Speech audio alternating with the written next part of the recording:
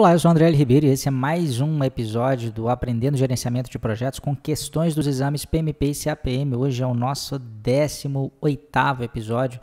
Você pode nos ouvir em áudio, pode nos assistir em vídeo.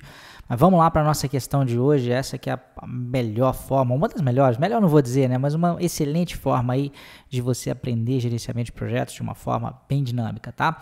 Olha só, sobre o planejamento de respostas a riscos, qual das afirmações abaixo é falsa? Então nós estamos procurando a falsa.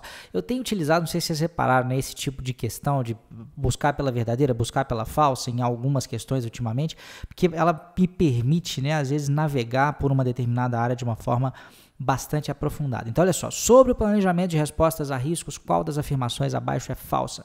Letra A estratégia mitigar gera atualizações na EAP. Letra B, um plano de contingência deve ser executado somente se o risco ocorrer.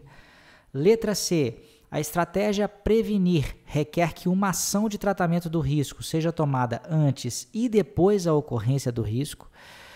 E letra D, a estratégia compartilhar lida com riscos positivos. Então, eu estou procurando a falsa. Dê uma pensadinha aí e, se quiser, dê uma paradinha para pensar, mas nós já vamos com a solução, tá? Bom, a resposta correta, ou seja, a afirmação que é falsa é a letra C, que diz o seguinte: a estratégia prevenir requer que uma ação de tratamento do risco seja tomada antes e após a ocorrência do risco. Isso é errado, tá? A prevenção, ela existe justamente para que o risco não aconteça. Então, não faz sentido a gente pensar em qualquer ação a ser tomada depois que o risco aconteceu, tá? E, tipicamente, as estratégias que a gente chama de preventivas, que são de mitigação, de prevenção, mesmo de transferência, elas sempre acontecem antes da ocorrência do risco, né? O que acontece depois da transferência, ou melhor, depois da ocorrência do risco, né? O que costuma eventualmente acontecer quando o risco acontece, ou depois da ocorrência do risco, é o plano de contingência quando a gente fez algum, tá? Então, a letra C é a incorreta. A letra D diz, a estratégia compartilhar lida com riscos positivos, isso é certo. Compartilhar é uma das possibilidades de estratégia para lidar com risco positivo. A letra B diz, um plano de contingência deve ser executado somente se o risco ocorrer, isso é verdade. A gente planeja, né, a gente cria esse plano de contingência, digamos, em tempo de planejamento, mas ele só vai vir a ser usado ou só vai vir a ser executado se o risco acontecer de fato, tá?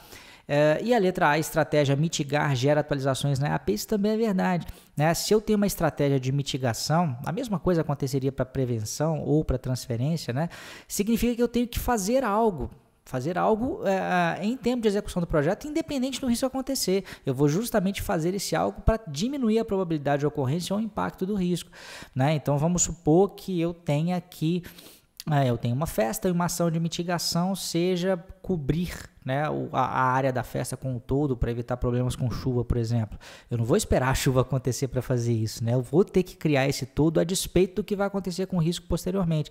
Então, eu teria que atualizar minha EAP porque criou-se uma nova entrega aí que é o todo, tá? Então, a estratégia de mitigar gera atualizações na EAP. De modo geral, né, o processo planejar respostas a riscos gera atualizações na EAP e no plano de gerenciamento de projeto de modo geral, tá? Então, a resposta incorreta é a letra C por causa disso, porque se eu estou prevenindo um risco, não faz sentido eu pensar na ocorrência desse risco e sequer pensar em algo a ser feito posteriormente, né? E se certificações PMP e CAPM estão no seu radar, ou se você quer aí se desenvolver ainda mais dentro da sua carreira, você deveria estar no seu radar, e eu vou falar mais a respeito disso no workshop gratuito, que é a segunda edição, né, do workshop Certifica GP, que vai acontecer entre os dias 31 de maio e 14 de junho.